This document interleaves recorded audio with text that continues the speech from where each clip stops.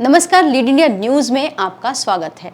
अविश्वास प्रस्ताव पर चर्चा चल रही है और जिस घड़ी का सबको इंतजार था कि राहुल गांधी आएंगे और अविश्वास प्रस्ताव पर अपने वक्तव्य रखेंगे, वो घड़ी आखिर 12 बजे आज आई। वैसे अविश्वास प्रस्ताव पर चर्चा कल से चल रही थी, जिसमें इसकी शुरुआत गौरव गोगोई ने की। गौरव गोगोई ही ये अविश्वास प्रस्ताव लेकर आए थे सरकार के खिलाफ और इस पर चर्चा हो रही थी। राहुल गांधी को कल ही बोलना था, लेकिन आज राहुल गांधी बोले और इस पर कई बार बीजेपी की तरफ से राहुल गांधी पर तंज कसा गया। आखिरकार राहुल गांधी ने अपने भाषण की शुरुआत की और उन्होंने कहा कि मैं दिल से बोलूंगा, दिमाग से नहीं। रूमी ने कहा था, जो शब्द दिल से आते हैं वो शब्द दिल में जाते हैं। तो आज मैं दिमाग से नहीं बोलना चाह रहा हूं, मैं दिल से बोलना चाह रहा हूं। बहुत सारे लोगों ने मुझसे पूछा कि राहुल, और जब वो मुझसे पूछते थे शुरुआत में मेरे मुंह से जवाब नहीं निकलता। शायद मुझे ही नहीं मालूम था कि मैंने ये यात्रा क्यों शुरू की। हिंदुस्तान को देखना चाहता हूं, समझना चाहता हूं, लोगों के बीच में जाना चाहता हूं, मगर गहराई से मुझे मालूम नहीं था। थोड़ी देर में मुझे बात समझ आने लगी। जिस चीज से मुझे प्यार था, जिस चीज के लिए मैं मरने को तैयार हूं, जिस चीज के लिए मैं मोदी जी की जेलों में जाने को तैयार हूं, जिस चीज के लिए मैंने 10 साल हर रोज गाली खाई, उस चीज को मैं समझना चाहता था।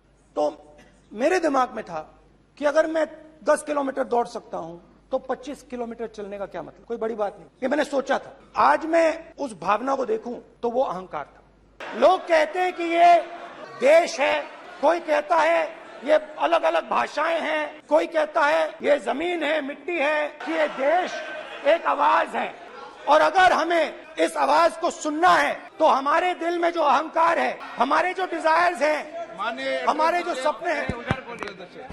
सपने हैं, उनको हमें परे करना पड़ेगा।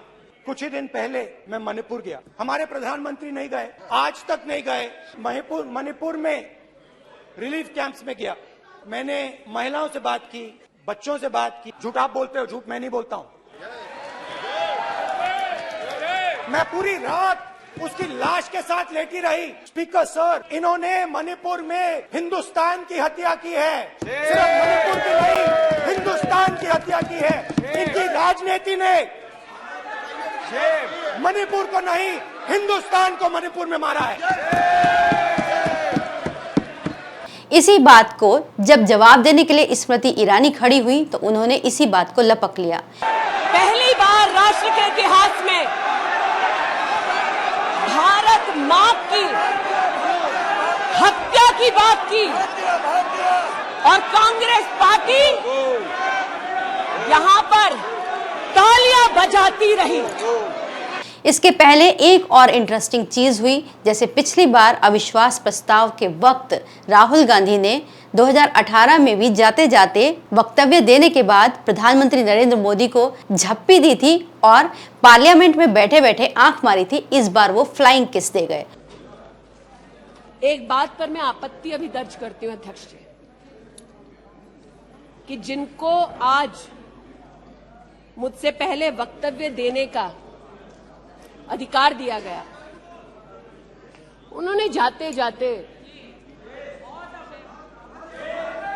एक अभद्र यहां पर लक्षण के दर्शन दिए। It is only a misogynistic man who can give a flying kiss to a parliament which seats female members of parliament. ऐसी गरिमा विहीन आचरण को इस देश के सदन में कभी नहीं देखा गया। ये उस खानदान के लक्षण हैं, या आज सदन में देश को पता चले। लेकिन कहां गए हैं, वहां पर क्या हालात हैं अध्यक्ष महोदय? और बस यहीं से बीजेपी की महिला सांसदों ने इस मुद्दे को लपक लिया और वो लगातार इस बात की शिकायत करने लगी कि ये अमर्यादित व्यवहार है और इससे उन्हें बहुत दुख पहुंचा है। यहाँ तक कि वो स्पीकर से इस बात की शिकायत करने के लिए भी पहुंच गए।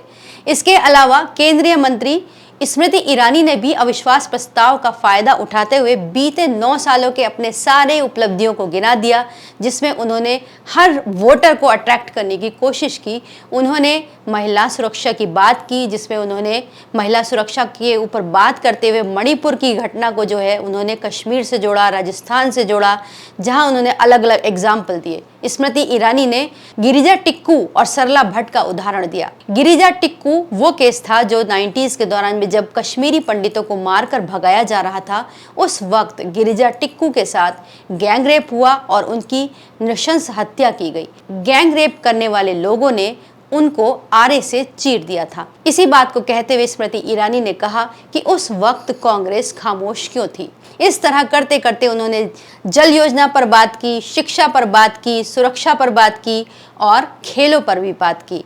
इसी के साथ साथ उन्होंने राहुल गांधी को चीन से मित्रता पर भी घेरते हुए कहा कि 31वीं यूनिवर्सिटी के दौरान भारत के खिलाड़ियों ने बहुत सारे मेडल्स जीते हैं, इस पर भी ताली बजाइए।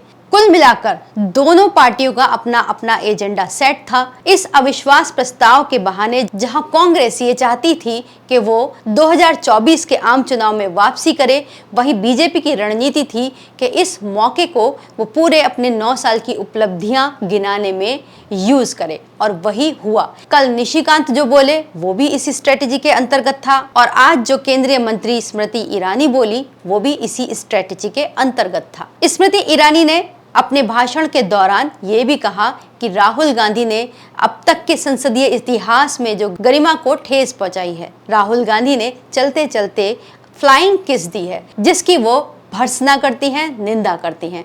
अब यही बात पूरे मीडिया में चर्चा का विषय बनी हुई है। अविश्वास प्रस्ताव पर क्या हुआ, किसने क्या कहा, ये सब पीछे है, लेकिन फिलहाल राहुल गांधी की फ्लाइंग किस चर्चा में आ गई है।